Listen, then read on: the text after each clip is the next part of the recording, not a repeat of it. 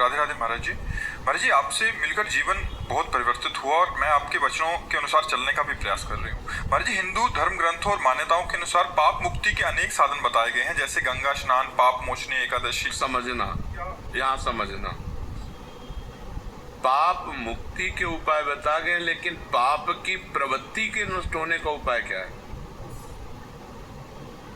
ऊपर से हमारे अस्त्रों द्वारा सब काट दिया गया, लेकिन उसकी जड़ बची हुई है, तो और नए किनके आ गए।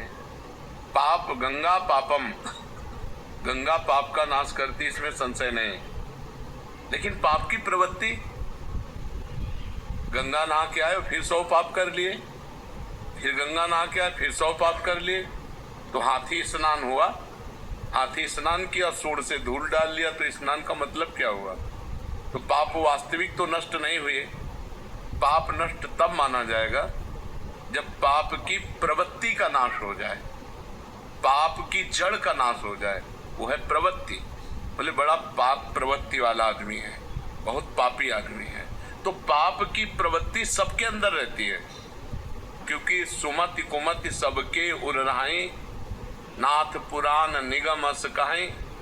तो जहां सुमति है वहां शुभ है, और जहां कुमति है वहां अशुभ है, पाप है।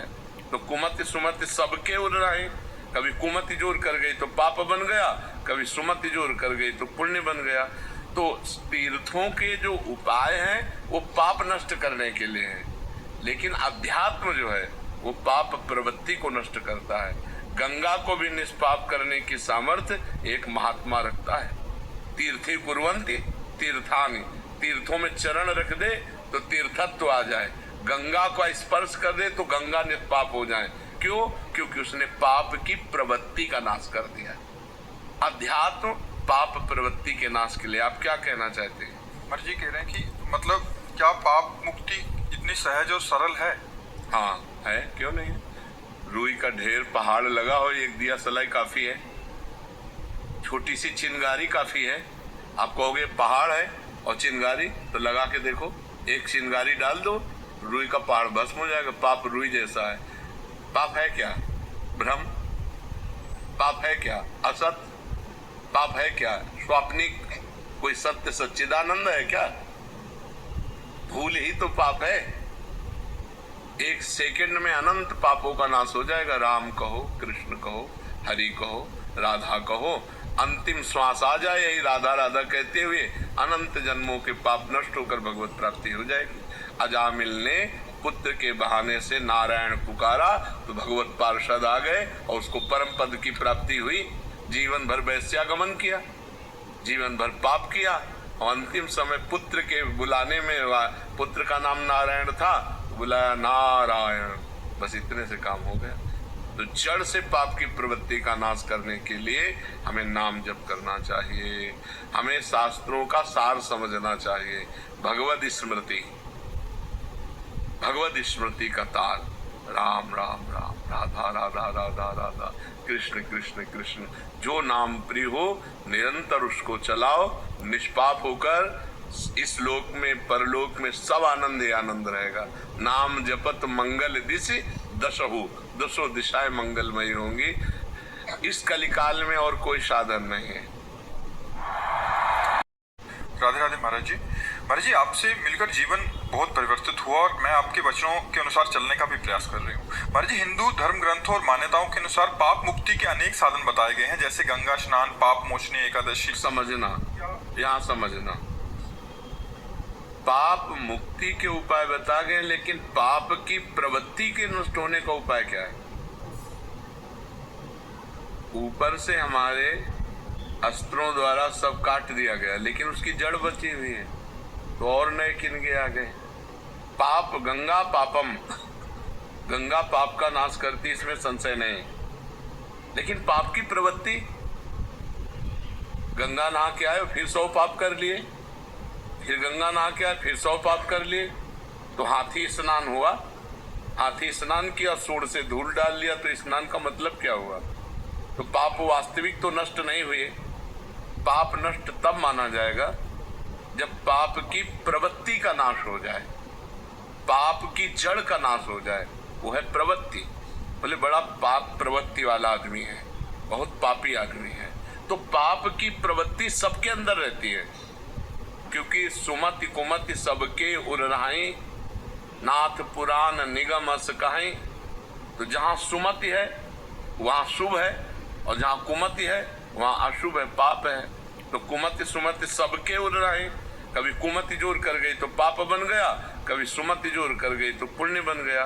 तो तीर्थों के जो उपाय हैं वो पाप नष्ट करने के लिए हैं, लेकिन अध्यात्म जो है वो पाप प्रवृत्ति को नष्ट करता है। गंगा को भी निष्पाप करने की सामर्थ्य एक महात्मा रखता है।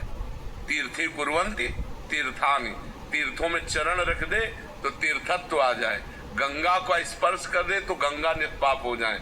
क्यों? क्योंकि उसने पाप की प्रवृत्ति का नाश कर दिया।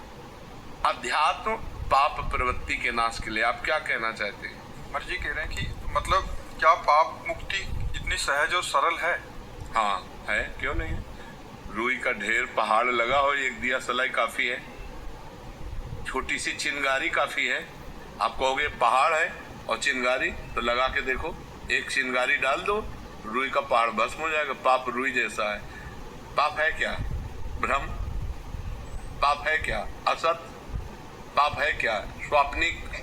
कोई सत्य सच्चिदानंद है क्या? भूल ही तो पाप है। एक सेकंड में अनंत पापों का नाश हो जाएगा। राम कहो, कृष्ण कहो, हरि कहो, राधा कहो, अंतिम श्वास आ जाए यही राधा राधा कहते हुए अनंत जन्मों के पाप नष्ट होकर भगवत प्राप्ति हो जाएगी। अजामिल ने पुत्र के बहाने से नारायण पुकारा तो भगवत पार्षद आ गए और उसको परम पद की प्राप्ति हुई। जीवन भर वैश्यागमन किया, जीवन भर पाप किया, और अंतिम समय पुत्र के बुलाने में, पुत्र का नाम नारायण था, बुलाया नारायण, बस इतने से काम हो गया। तो जड़ से पाप की प्रवृत्ति का नाश करने के लिए हमें नाम जप करना चाहिए, हमें शास्त्रों का सार समझना चाहिए। भगवद स्मृति, भगवद स्मृति का तार, राम राम राम, राधा राधा राधा राधा, कृष्ण कृष्ण कृष्ण। जो नाम प्रिय हो निरंतर उसको चलाओ, निष्पाप होकर इस लोक में परलोक में सब आनंद ही आनंद रहेगा।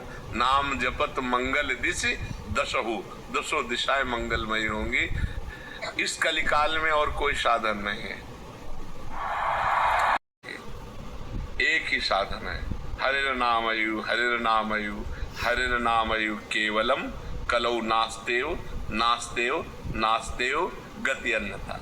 कलयुग में कोई और गति नहीं, और कोई गति नहीं, और कोई गति नहीं, केवल हरि का नाम है, भगवान का नाम है। जितना नाम जप करोगे उतना मंगल होगा, नाम जप नहीं करोगे तो मंगल नहीं होगा। अगर गंगा जी का सेवन करते हो और नाम जप नहीं करते हो तो पाप नहीं रोक सकते। तो देख लो प्रवृत्ति कैसे नष्ट होगी। गंगा जी से पाप प्रवृत्ति नष्ट नहीं होती, पाप प्रवृत्ति नष्ट होती भगवान के सुमिरन से, जिनके चरणों से गंगा जी निकली। गंगा जी कौन है? भगवान का चरणामृत। गांगम वारी मनोहारी मुरारी चरणच्युतम त्रिपुरारी शिरश्चारी। जो गंगा जी हैं वो भगवान श्री हरि का चरणामृत है। वामन अवतार में जब भगवान ने अपना चरण बढ़ाया, ब्रह्मलोक गया, तो ब्रह्मलोक में ब्रह्मा जी ने जब चरण की अगवानी करके प्रक्षालन किया और अपने कमंडल में डाला तो वही भागीरथी गंगा जी हुई। भगीरथ लाए इसलिए भागीरथी कहा गया।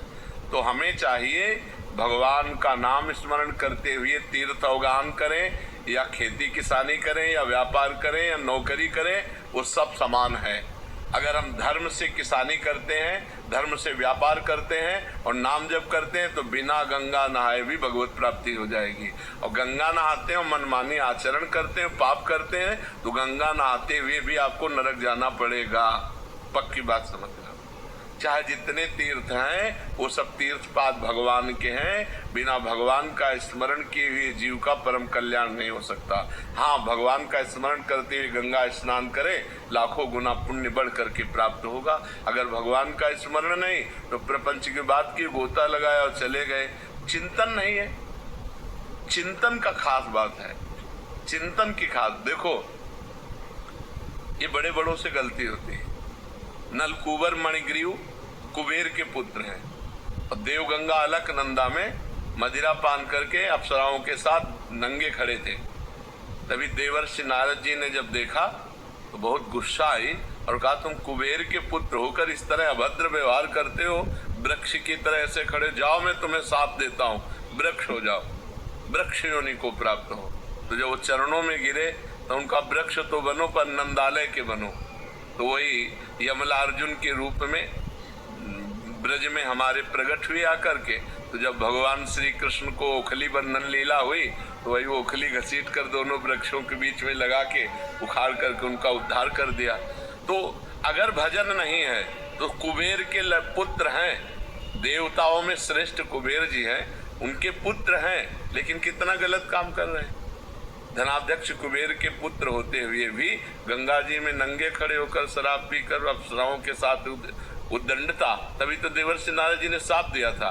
तो आप समझो कि अगर आप गंगा जी का सेवन करते हो तो आपके आचरण भी पवित्र होने चाहिए। एक गंगा जी की महिमा सुनी कि गंगा स्नान करने से 100 यज्ञों का फल मिलता है। तो वैश्यागमन करने लगे।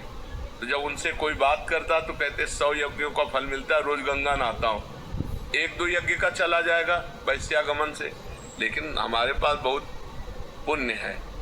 तो गंगा जी एक दिन उसको ज्ञान देने के लिए बालिका के रूप में एक सफेद कपड़ा लेकर बार बार गंगा जल में डुबोती और फिर ऐसे बालों में गंदा कर देती, फिर गंगा जल में डुबोती। अब वो स्नान करने के लिए गए तो उन्होंने देखा, गए लड़की, जब तुझे गंदा करना है तो साफ क्यों करती है, और जब साफ करना है तो गंदा क्यों करती है। उस समय कपड़ा गंदा ही था। तो उनका, देख तेरी दुर्दशा यही है, जब तू वैश्यागमन करता है तो गंगा स्नान क्यों करता है, जब गंगा स्नान करता है तो वैश्यागमन क्यों, तेरी दुर्गति होगी। जैसे कपड़ा इस समय गंदा ही है ऐसे तेरी दुर्गति होगी, तू नरक को प्राप्त होगा। ये मत सोच कि तू ये गंगा स्नान का फल प्राप्त करेगा, 100 यज्ञ कर्ता का फल, और 1-2 यज्ञ का फल चला जाए, तू नरक जाएगा क्योंकि तू पाप कर रहा है। तो गंगा स्नान का मतलब है आपकी बुद्धि शुद्ध हो, आपकी पाप प्रवृत्ति नष्ट हो, आपका भगवत स्मरण बने, आपके गलत आचरण रुके, तभी इन तीर्थों के अवगान का फल है। ये लोग तीर्थों में जाते हैं, तीर्थों का आनंद लेने थोड़ी जाते हैं, मनोरंजन करने जाते हैं। तीर्थ कैसे जाया जाता है, उपवास करके रहा जाता है 1-2 दिन, बहुत नम्र दैन्य, नाम जप, पवित्र। अब यहाँ होटल बुक करवा के धामों में और वे विचार करते हैं, मदिरा पीते हैं, मनमानी आते, तो ये तीर्थ अवगान थोड़ी हुआ। ये तो घोर पाप हो गया जो घोर नरकों में ले जाने वाला है। आजकल हरिद्वार, काशी, वृंदावन लोग भाव से तो 2-4 आते होंगे, नहीं तो मनोरंजन करने आते हैं और गंगा किनारे बैठ करके अपनी मनमानी आचरण करते हैं, खान पान, व्यभिचार, नाना प्रकार। तो इससे क्या